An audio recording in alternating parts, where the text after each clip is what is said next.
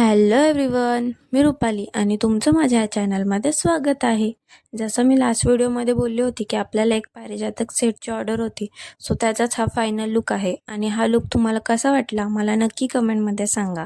आणि माझ्याकडे सध्या फोन स्टँड नाही आहे, सो मग मी या चेअरचा यूज करून माझे व्हिडिओ शूट करत असते. संध्याकाळी मला जी ऑर्डर होती ती डिलिव्हर करायला जायची होती. सो मग हे ऑफिसवरून आल्यानंतर आम्ही दोघांनी जाऊन ती ऑर्डर दिली.